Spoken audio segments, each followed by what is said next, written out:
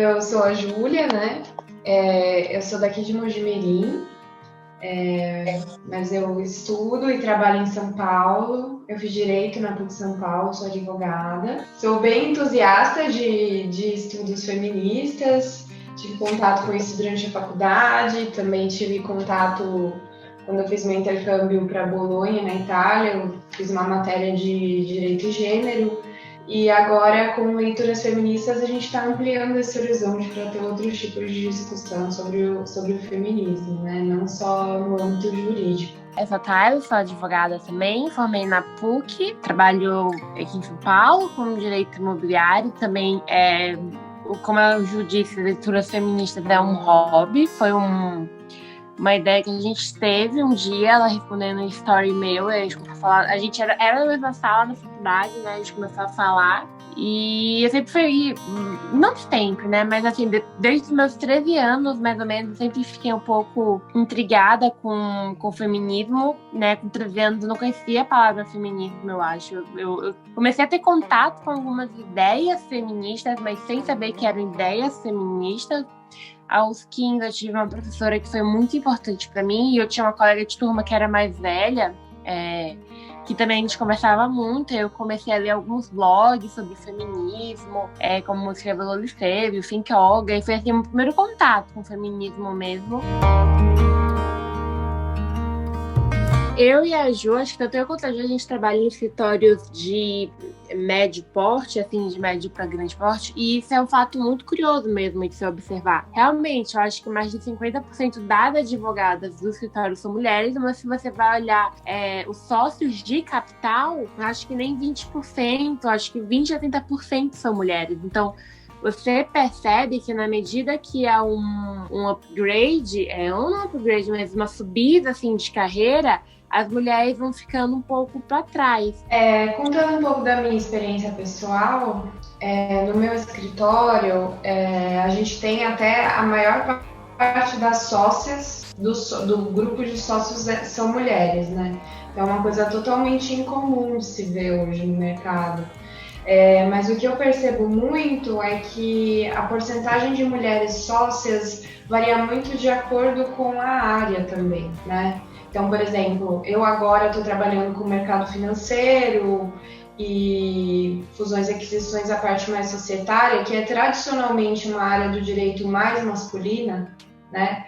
Bancos, investimentos, esse é um segmento tido como masculino, então você já vê que as mulheres em cargos mais altos já reduzem substancialmente, ao contrário do que você vê numa parte mais contenciosa, de litígios e tudo mais, até por ter uma carga horária mais compatível que é o horário comercial, né? E o mercado financeiro não tem horário, é madrugada, virando noites, enfim. Então eu acho que isso também contribui para que poucas mulheres consigam seguir carreira nessa área, porque é difícil você ter um filho pequeno e ter que varar noites uma semana inteira no escritório, né? Então eu acho que essa questão da área também, ela segmenta um pouco, né, os gêneros. Mas a minha experiência pessoal é de ter bastante exemplos de mulheres sócias, sim. Mas você vê que elas não são sócias convencionais, né? Você vê que ela, para chegar onde ela chegou, ela teve que se esforçar o dobro ou o triplo de um sócio homem. E ela lida com duplas e triplas jornadas, porque mesmo que ela tenha babá e tudo mais, ela tem que sair para levar o filho no médico, emergência, enfim. Bom, eu tenho uma frase muito pronta para isso, né? Eu acho que não é nem um estilo de vida, nem um movimento político. Acho que é um misto dos dois, né? Uma coisa que eu e a Tayla, a gente já conversou muitas vezes, que o feminismo, a gente entende ele como um projeto de sociedade, né? Então, a gente está pensando um modelo de sociedade para as futuras gerações. E nisso não só com relação aos direitos da mulher, a busca da equidade dos gêneros, mas hoje, quando a gente fala em feminismo, a gente tem que falar em feminismo interseccional, que são os muitos feminismos que abrangem lutas de classe, lutas de raça e assim sucessivamente. Então, não só tratando de equidade de gênero, mas também de desigualdade social, de política pública, de preconceitos, enfim. A gente precisa que não só as mulheres participem desse projeto, porque de nada adianta, né? Nós somos metade da população. Não é? É difícil a gente lutar contra o opressor se o opressor não se dispor a não oprimir mais, né? Isso é válido, tipo, também quando a gente vai pensar em racismo, quando a gente vai pensar em lutas de classes, enfim. Não adianta nada o pobre lutar contra o rico se o rico não se dispor a olhar para o outro e pensar políticas de inclusão, enfim. É bem simples, assim, a gente quis algo bem descontraído, né? Basicamente a proposta é pessoas que estão interessadas a ler sobre feminismo, que nunca leram, querem começar a ler ou até gente que já tem algumas leituras e quer um grupo para acompanhar. O título é Leituras Feministas 101, que vem... É uma brincadeira, de certa forma, porque nas universidades estadunidenses, as aulas introdutórias a algum assunto costuma ter o 101, que é o 101, que é tipo a introdução a alguma coisa. E aí existe meio que essa nomenclatura, assim, para introdução a algo. A gente colocou os leituras feministas sem ter esse objetivo, para ser um clubes de leituras introdutórias. Esse ano que a gente começou a discutir sobre o LF ano passado, e esse ano a gente começou a ter os encontros e ler os livros. Atualmente nós somos em 43 participantes no grupo do WhatsApp, mas não é tudo isso que entra nas reuniões. A gente tem uma média de 15 pessoas por reunião, mas acaba variando. Tem gente que lê um livro, tem gente que lê outro. Tem gente que só participa das discussões no WhatsApp, que a gente está sempre comentando as polêmicas, tudo que acontece na mídia a gente acaba jogando no grupo, discutindo. O caso da Mari Ferrer foi muito comentado, do Dan Blizzerian também, enfim. A gente criou, além do clube de leitura, que é a leitura conjunta e a discussão do livro, esse que é um espaço de debate, até para as pessoas tirarem dúvidas, né?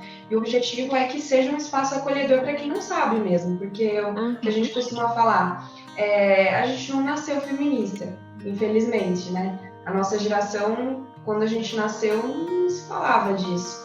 A gente começou a ser feminista nos últimos 5, 6 anos. Então, a gente também está aprendendo, né? Então, é muito natural que a gente não saiba de tudo, que a gente cometa erros, que a gente tenha pensamentos machistas e que a gente não entenda que são machistas. Então, o objetivo é que juntas, todo mundo, eu falo juntas porque só tem mulher participando, apesar de ser aberto o grupo. Mas o objetivo é que juntas a gente consiga entender o machismo estrutural, como ele se manifesta na sociedade e quais são as formas de ação que a gente pode ter para ir desconstruindo isso em nós mesmos e no outro, né? Aprender a lidar com o outro, aprender a lidar com esse feminismo de internet.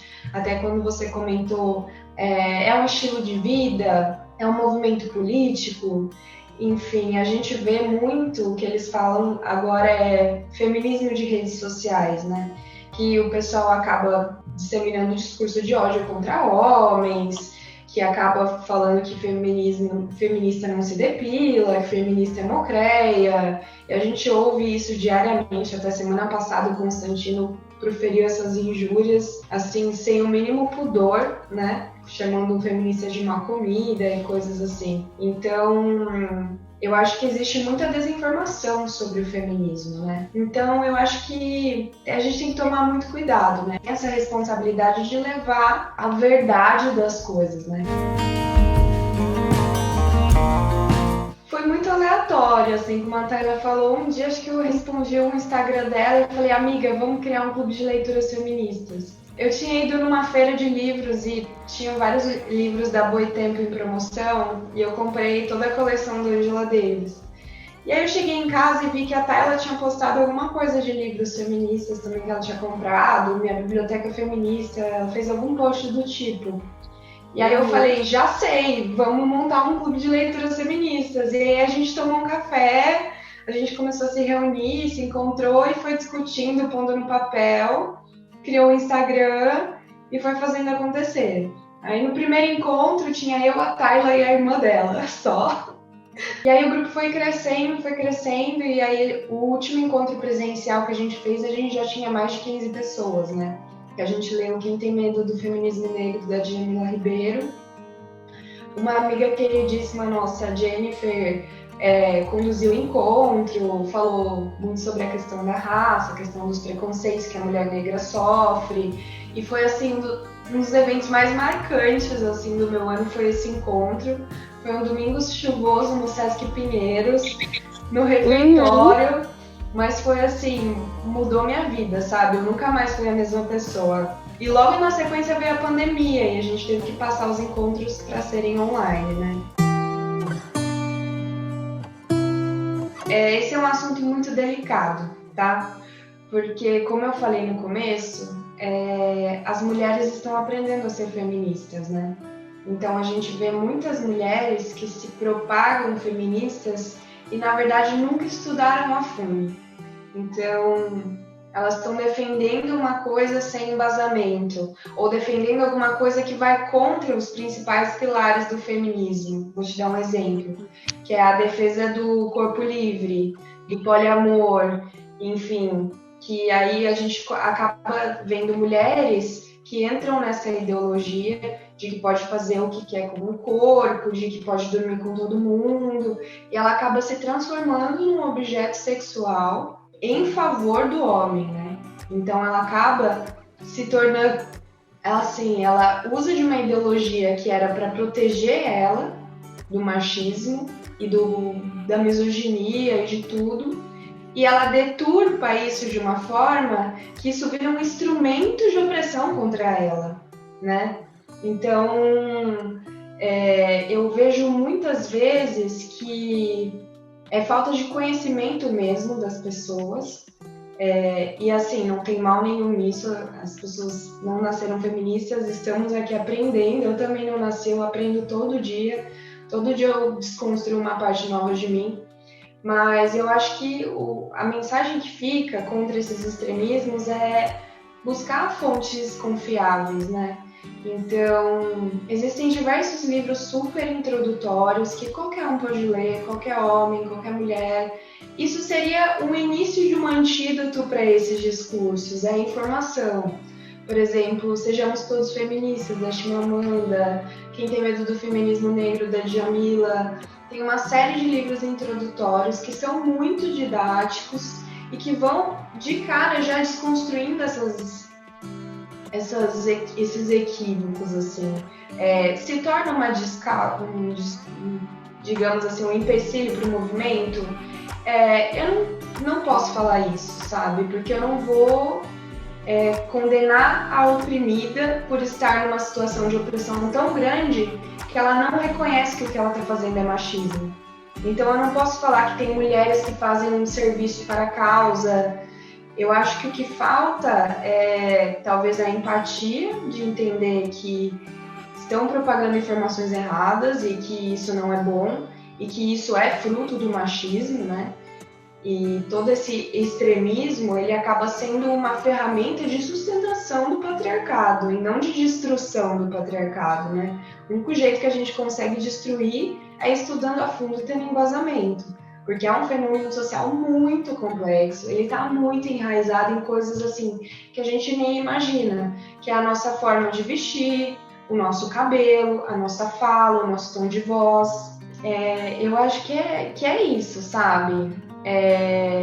Eu não posso falar que é um serviço para a causa, mas é complicado mesmo. Eu acho que quem está do lado mais acadêmico tem uma batalha muito maior de dialogar, porque a gente, além de enfrentar o machismo, a gente tem que lidar com o feminismo de internet, que nem sempre é o mais coeso e o mais acurado com o que a gente estuda, né, com as escolas clássicas e tudo mais.